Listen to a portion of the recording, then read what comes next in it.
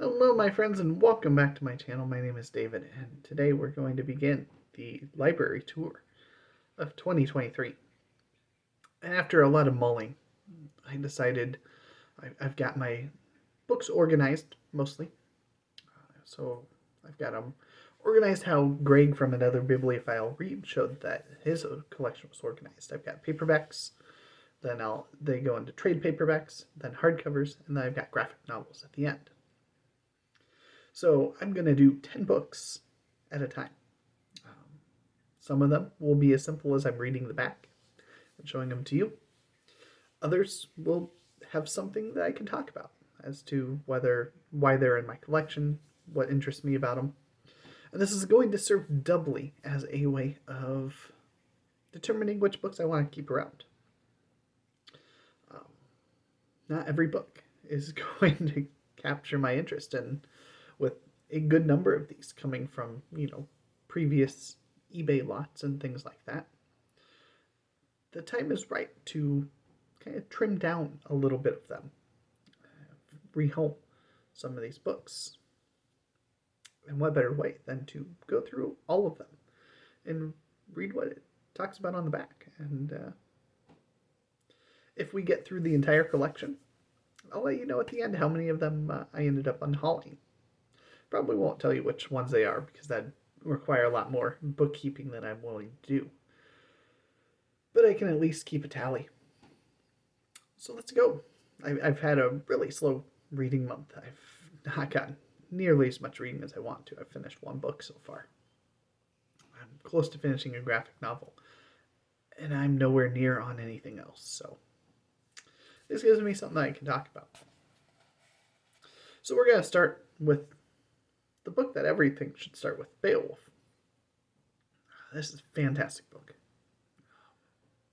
Fantastic poem. This particular translation is by Burton Raffel.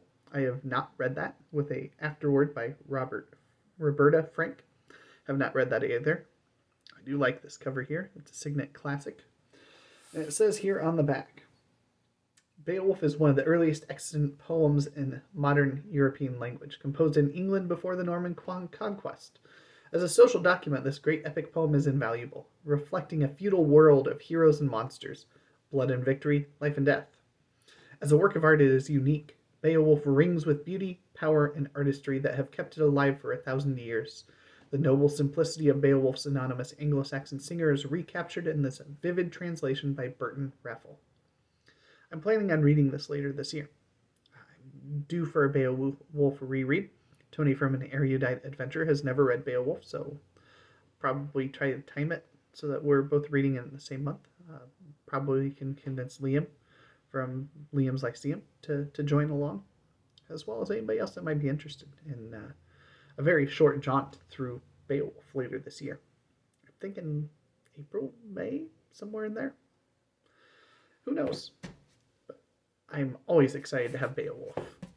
I can never have enough Beowulf translations. If you have a favorite translation other than Seamus Haney, let me know in the comments down below. So we have a Celtic Miscellaneous. So we got a couple of Penguin classics to start off the collection.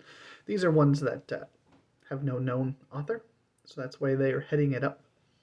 So this is translated by Kenneth Hurlstone Jackson.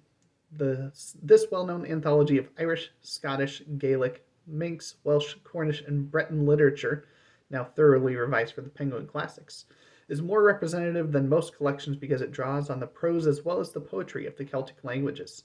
The feats of the legendary hero Cuchulainn and the infectious ribaldry of the 14th century poet Dafydd ap Gwilym combine with epigrams, tales of Celtic magic, descriptive passages, bardic poetry, laments, and poems of love and nature to reflect the whole spectrum of Celtic imagination from the earliest times to the 19th century.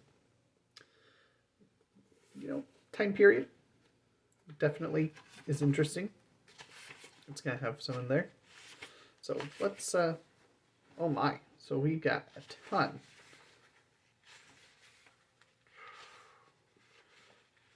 Okay, let's look at this. So that's page 1.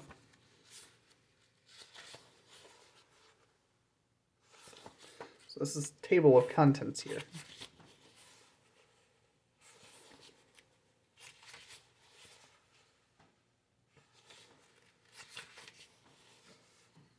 There's tons of stuff. And as you would expect, a lot of them are short. There's a ton of stuff in here. So this will be, this is probably where a lot of those come from, epigrams. This will be a fun one to venture into at some point in time. It's definitely going to be sticking around the collection. The Nibelungen Lied. I have not read this yet. This is high on my list of ones I want to read. This is translated by A.T. Hatto. Composed nearly 800 years ago by an unnamed poet, the Nibelungen Lied is the principal literary expression of those heroic legends of which Richard Wagner made such free use in The Ring. The great German epic poem of murder and revenge recounts with peculiar strength and directness the progress of Siegfried's love for the peerless Kriemhild, the wedding of Gunther and Brunhild, the quarrel between two queens, Hagen's treacherous murder of Siegfried, and Kriemhild's eventual revenge. A.T. Hatto's new translation transforms an old text into a story as readable and exciting as Homer's Iliad. We'll have to see how that lives up to that. So this one's definitely going to stick around and probably going to try to squeeze us in sometime this year. I'm learning this month that I'm trying to do too many BookTube events again. And I think after February, I'm going to cut most of them back out. They're fun, but it's also just putting all my reading at a slog and at a very snail pace. Next, we have Nyal Saga. I did read this last year, so I can tell you this is fantastic. Saga Long has just been announced. I have not watched the videos yet. I saw them pop into my feed and didn't get around to them yet today, so I don't know what the pick is yet for this year, but this was last year's saga for Saga Long. And whatever saga it is for 2023, that is one of the events I will be partaking in because I can never read too many Icelandic sagas, Viking sagas. If you've never read a saga, this is probably not the place to start. Eagle Saga is probably a good one. I think that was 2 years ago on Saga Long. Eagle Saga, I think, was last year. But anyway, there's lots of great ones out there. So this is translated by Magnus Magnusson Herman Palsson. Nyal Saga, written by an unknown author in the late 13th century, is the mightiest of the great Icelandic prose sagas. Based on historical events in Iceland some 300 years earlier, it describes a 50-year blood feud from its violent beginnings to its tragic end. The spare, simple narrative centers loosely upon the prophetic Njal Thorgeirsson, who with his family is finally burnt alive in his home by a league of enemies. This translation by Magnus Magnusson and Herman Palsson illuminates for us a grim world in which justice means vengeance, and all men are either lucky or doomed. Strong recommendation for that. And here's one that I've read, but I have not read this translation. This is the Song of Roland. A very, very well-regarded one. When I read the Song of Roland 2 years ago, I was underwhelmed by it. Having read Sir Gawain and the Green Knight and Beowulf prior to it, it just disappointed alongside those. I should probably give it another visit. I mean, it's small, it's short, easy to knock out. So this translation is by Dorothy L. Sayers. The Song of Roland, as Dorothy Sayers remarks in the introduction to this fine translation, is the earliest and most famous and the greatest of those old French epics which are called the Songs of Deeds. Writing around the end of the 11th century and recalling an actual disaster in 778, the anonymous poet describes in detail the betrayal and slaughter by Saracens of the rearguard of Charlemagne's army under Roland at Roncesvalles, and Charlemagne's bitter revenge. Nowhere in literature is the medieval code of chivalry more perfectly expressed than in this masterly and exciting poem. So, due for a reread. It's sticking around. If it doesn't wow me this time around, it's probably going to go. But I would expect it to probably stay in at least a translation. And what better translation than Penguin Classic? But if you have a recommendation on translation, please hit me up below, because I definitely want to make sure that I give it a fair shot. And with it being a medieval text and a fairly influential and important one, I'll probably keep at least a translation of Song of Roland, even if it fails to wow me. I'm a medievalist at heart, which is why you see books like this one. And I'm excited for this. I haven't read it yet. I've had it for a little bit. This is Backgrounds to Medieval English Literature by Robert W. Ackerman. So, this has just got author bio here. Very faded here. Then other things from Random House. So instead, we are going to come in here and take a look at what all this covers. So we have just a couple of sections in here. Social and religious backgrounds, Old English period. Social and religious backgrounds, Middle English period. The English language in the Middle Ages, popular Christian doctrine, the world view of the Middle Ages. So we have the appendix of critical approaches starts on 127.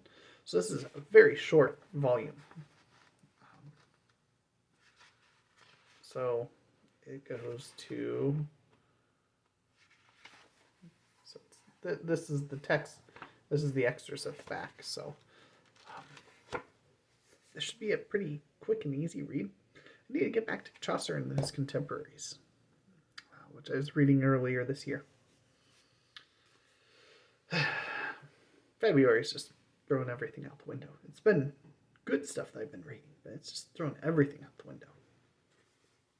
So now we have The Torch of Honor by Roger McBride Allen.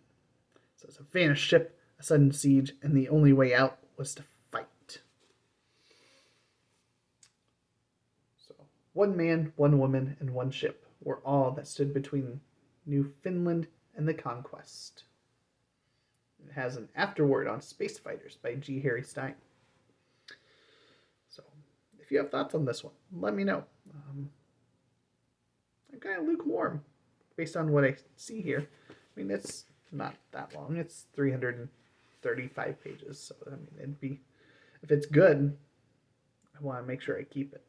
If it's not good, let me know and I'll gladly toss it on out.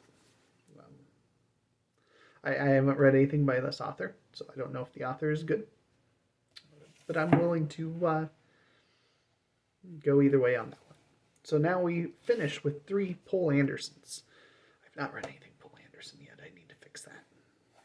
So we have Brainwave, which has a really, really interesting cover here. And that's what caught my attention along with the author's name.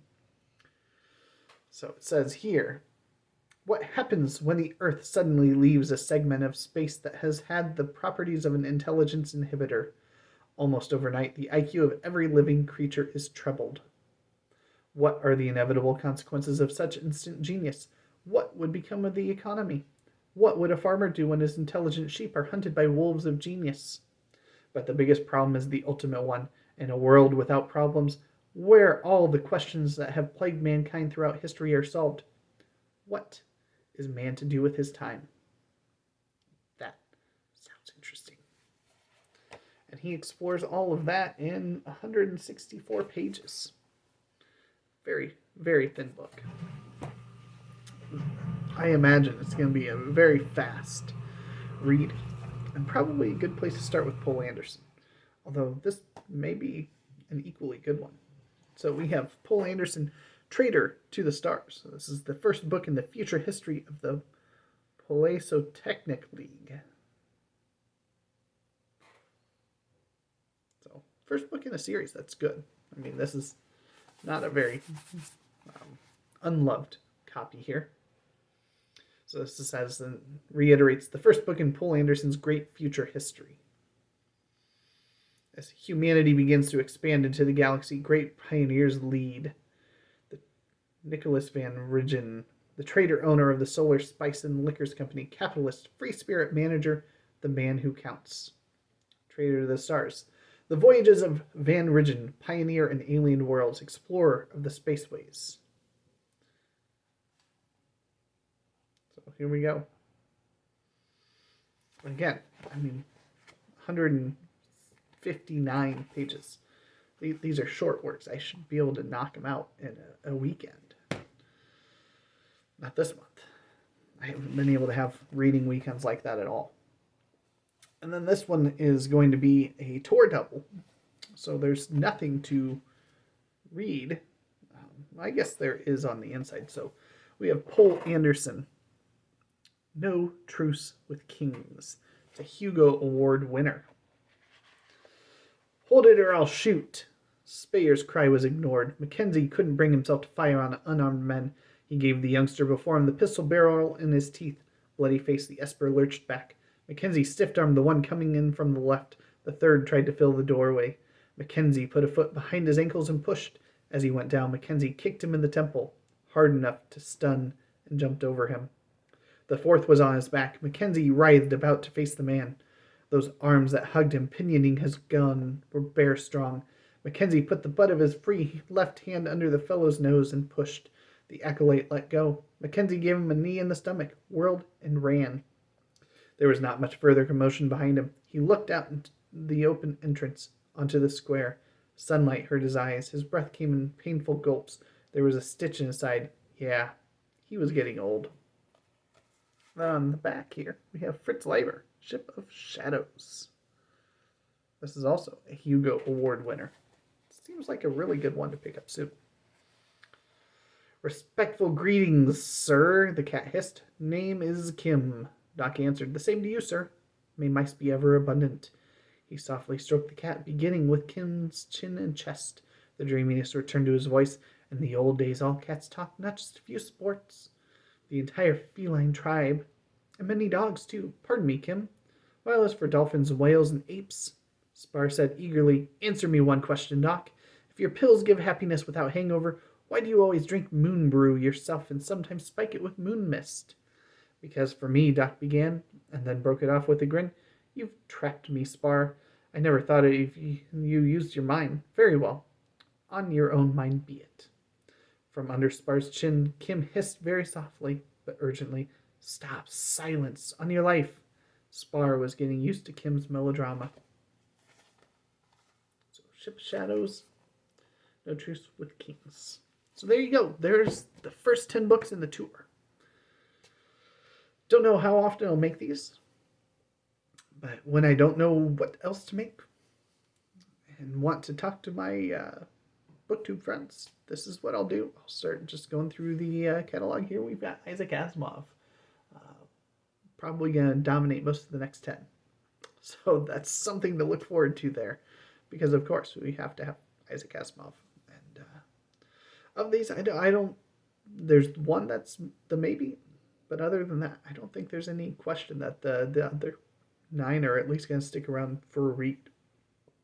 So, there you go. Have a great day, BookTube. And I will catch you later.